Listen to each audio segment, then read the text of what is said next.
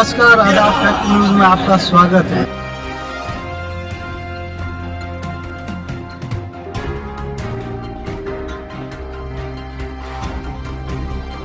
नमस्कार, आदाब fact news में आपका स्वागत है। आज हमारे साथ है पाली में कांग्रेस का 40 साल से जो वनवास खत्म हुआ है उसके जीत के चाणक्य प्रदीप हेंगर साहब। कांग्रेस के कद्दावर नेता हैं, पूर्व सभापति रह चुके हैं और कांग्रेस की जो टिकटों की लिस्ट थी उसमें आपका नाम भी चल रहा था, लेकिन जैसे ही कांग्रेस ने पाली से भीमराज भाटी को टिकट दिया उसके बाद में इन्होंने निस्वार्थ रूप से भीमराज भाटी के साथ खड़े रहकर कंधे से कंधा मिलाकर पाली में कांग्रेस का वनवास खत्म करवाया। आज हमारे साथ हैं प्रदीप हेंगर और हम उनसे बेबाक बातचीत करेंगे कि किस तरह से इनका पूरा चुनाव का कैंपेन रहा और आगे इनकी क्या रणनीति रहेगी अगले 5 सालों के लिए। जबकि बीजेपी को बहुमत मिला है, कांग्रेस सरकार ने इतनी योजनाएं देने के बाद भी यहाँ पर पुराना जो रिवाज था एक के बाद एक वो कायम रहा है। पाली में कांग्रेस का वनवास खत्म हुआ है, तब आगे की क्या रणनीति रहेगी। और सबसे पहले हम आपसे ये जानना चाहेंगे कि जिस तरह का चुनाव कैंपेन रहा, बहुत सारी आपको परेशानियों का सामना करना पड़ा। पाली में सबसे ज़्यादा बदनाम गुटबाजी में है, तो क्या वो गुटबाजी आप ख़त्म करने में कामयाब रहे? नहीं, हम गुटबाजी ख़त्म करने में तो कामयाब नहीं रहे, लेकिन जो गुटबाजी के सिरमौर थे उनके जितने भी लोग थे, उनके कहने से चलने वाले लोग थे, वो सारे हमारे साथ में थे।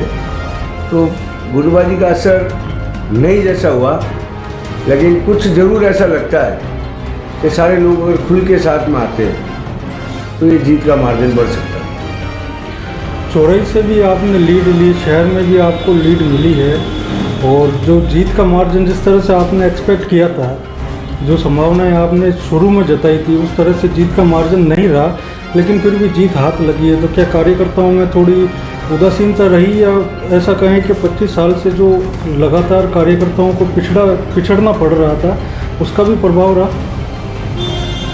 संगठन भी पिछले 2 साल से निष्क्रिय था। तो जहाँ संगठन निष्क्रिय होता है वहाँ कुछ कार्यकर्ता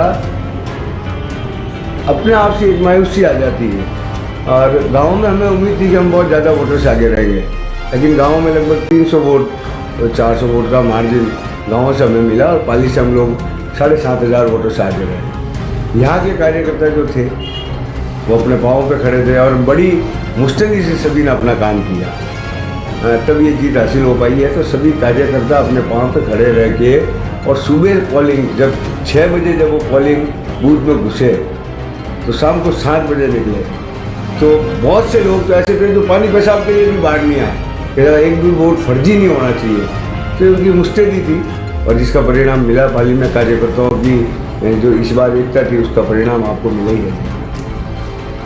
यहाँ पर जो सभाएं हुई थी चुनाव कैंपेन के दौरान, उसमें ज्ञानचंद पारक ने कहा था टुकड़े टुकड़े गैंग को जो है उसका कुछ इम्पैक्ट आपको मानते हैं आपके उससे कुछ फर्क? मैंने अभी कई एक इंटरव्यू में कहा था कि मैं आभार प्रकट करता हूँ ज्ञानचंद जी पारक का, तो उन्होंने इस तरीके की बयानबाजी की है, तो उससे वोट बढ़े हमारे, घटे नहीं हुए।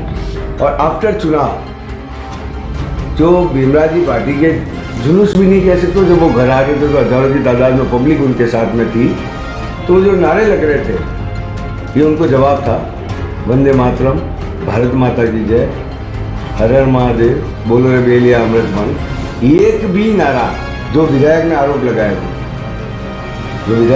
लगाए थे कि वहाँ देश के टुकड़े होंगे, इंशाअल्लाह इंशाअल्लाह वहाँ मीट मिलेगा, हमारे यहाँ मिठाई मिलेगी, तो ये जिस तरीके की इन्होंने फितनापुरी की थी उनका जवाब महादेव ने इनको दे दिया।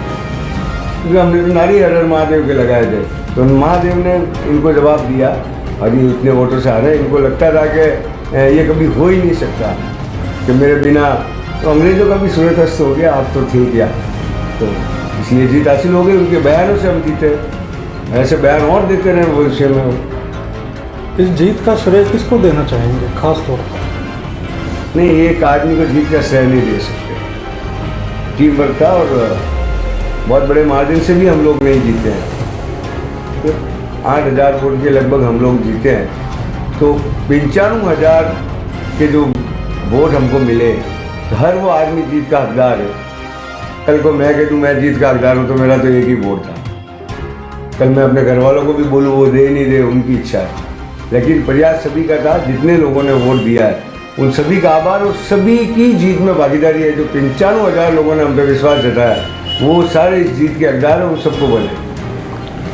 हमारे विधायक जी से भी बात हुई थी, तो जैसे अभी सरकार जो है वो आपके चली गई है, तो उन्होंने जो योजनाएं बताई थी हमें पाली के प्रदूषण को लेकर, पाली की पानी की समस्या को लेकर, सड़कों की व्यवस्थाएं हैं, और जैसे पाली के अंदर नगर परिषद अभी जो है बीजेपी का बोर्ड है, नगर परिषद सभापति ने भी आपको समर्थन दिया था चुनाव के दौरान।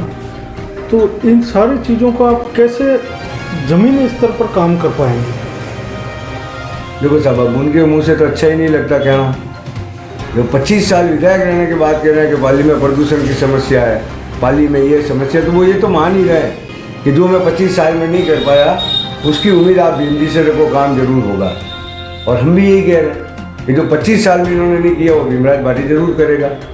हाँ, 5 साल का एक पीरियड होता है, उसमें वो जितना काम जनता का कर पाएंगे, और हम भी पीछे लग के करवाएंगे। जनता ने कहीं ना कहीं सारे लोगों पर विश्वास किया है, तो हमारा भी दायित्व बनता है कि हम भी भीमराज जी के पीछे लगे रहें कि भाई जनता का ये काम है, करवाओ।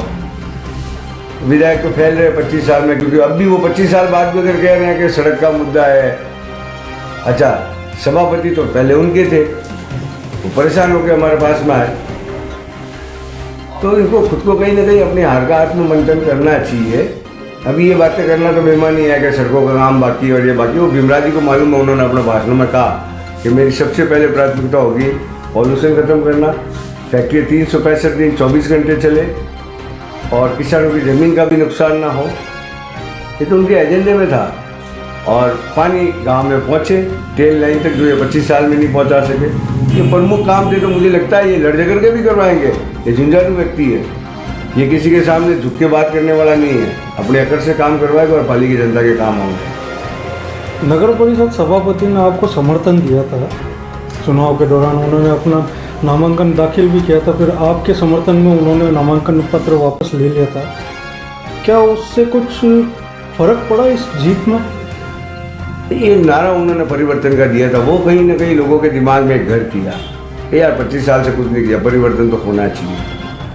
और घूमे भी है साथ में, तो इस जीत में उनका भी सहयोग है, उनको भी धन्यवाद। पाली की जनता को आप कोई संदेश देना चाहेंगे इस जीत के बाद? पाली की जनता का बहुत बहुत आभार कि उन्होंने हम पे विश्वास व्यक्त किया। सदैव आभारी रहेंगे और प्रयास करेंगे कि आपका ये जो एहसान है पार्टी को जिताने का, हम उतारने की पूरी कोशिश करेंगे, ब्याज सहित उतारने की कोशिश करेंगे। और ये आपको विश्वास दिलाता हूँ कि आपको ऐसा कहीं नहीं लगेगा कि हमने गलत आदमी का चयन किया है। इस तरीके के हम प्रयास करेंगे, और आप भी जैसे सहयोग किया, हमें आशा है आप ऐसे ही सहयोग करते रहेंगे। पाली की जनता का बहुत बहुत आभार, धन्यवाद।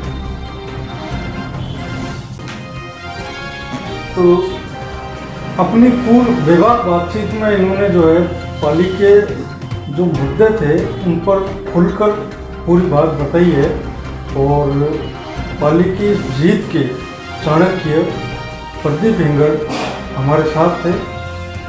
आप हमारे चैनल को देखते रहिए और सब्सक्राइब करना ना भूलें। धन्यवाद।